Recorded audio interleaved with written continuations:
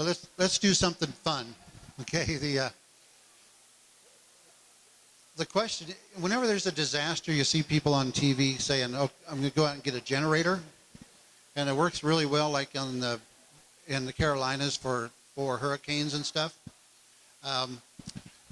As your friend, let me just say, don't spend any money on a generator, especially for an extended power outage. And I'm sure there's some generator people here that are trying to sell generators, but my mom gave me a generator for Christmas a few years back, and it's rated at 3,500 watts. So we're going to talk about some numbers to you, so pay attention to the numbers. But 3,500 watts is a nice sized generator to public. It power almost your washer and your dryer and your refrigerator. But it takes 5 gallons of gas, and I can get 9 hours out of that. And it's about $500 or $600 for a generator. So you can, if you had 5 gallons of gas, you're going to get 9 hours of power.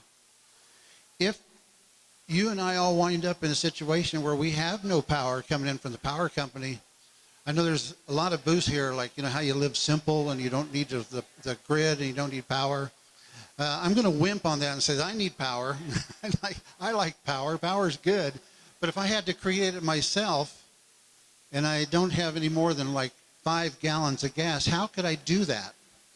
Well, for about the same amount of money, you could create a little system, and people talk about microgrids, standalone power systems for their neighborhood.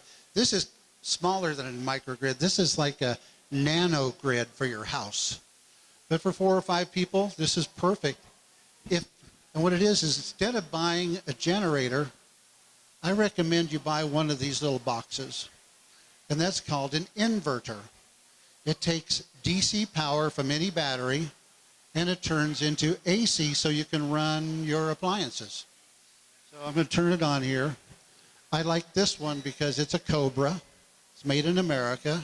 It's 2,500, so it's not as strong as that generator.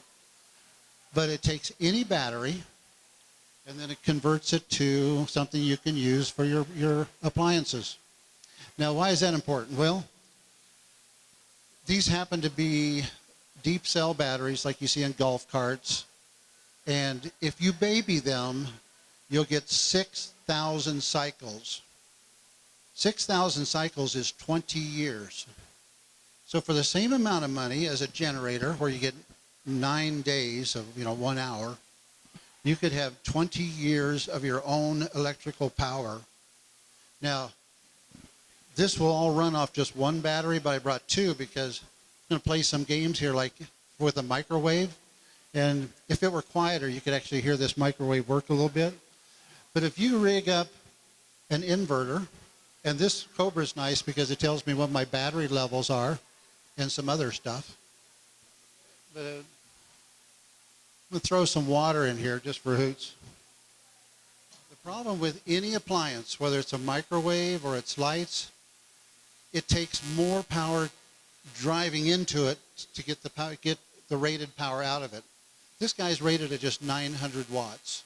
So instead of the 3,500 we're talking about, but it's big enough to heat water, heat up your food, so you could heat up stuff. The way you solve that is like Tim Taylor used to say, you just add more power. So that's why I brought the second one. So if I add another battery to it, I'll do it this way.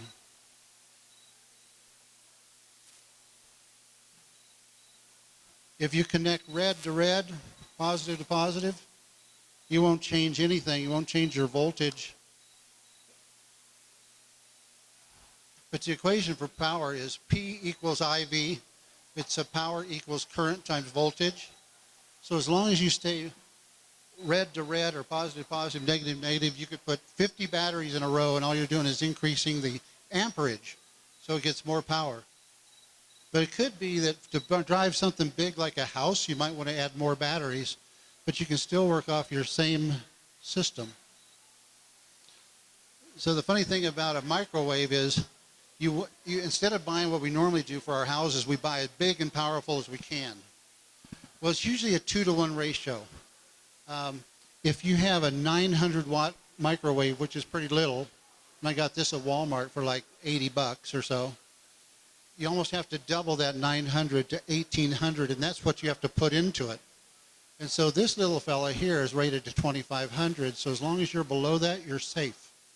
And so you don't want to go with like a 2000 watt microwave like what you might have in your home, because then you're going to need at least 4000 or 5000 watt capability out of your poor little inverter. Well, now they're starting to get a little pricey.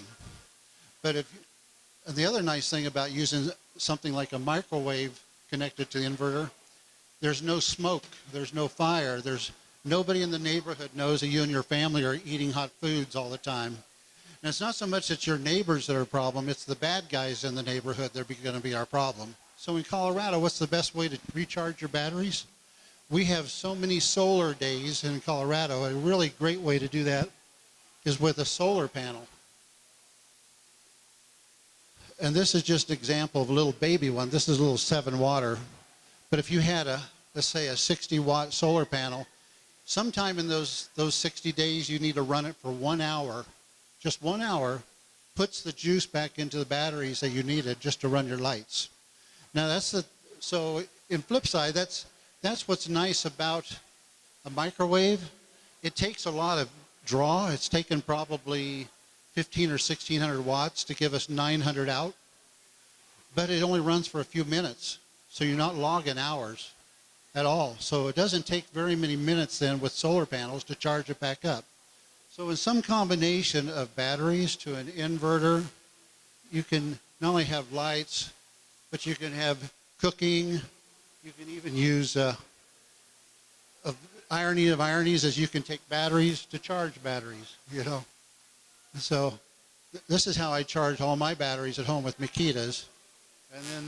And it's perfect. I mean, so you set like the DHS guy was saying, you've got to prepare for a capability so that your family has the capability to do stuff and not just respond to a threat. So we're not trying to respond to a threat. We don't care what it is, as long as you have the capability then to keep cooking or to keep working or to keep the lights on and do it all yourself. And like I say, so when I said baby the batteries, what I was talking about is don't ever suck them down more than 90% of their total capability. And that's the beauty of the little Cobra. He'll start yelling at you if he sees the low valve. That little LEP code we got was thinking that the battery was getting low and it wanted to shut itself off. That's perfect. So you do that 6,000 times over 20 years. I love it. So it's just kind of neat that you start talking about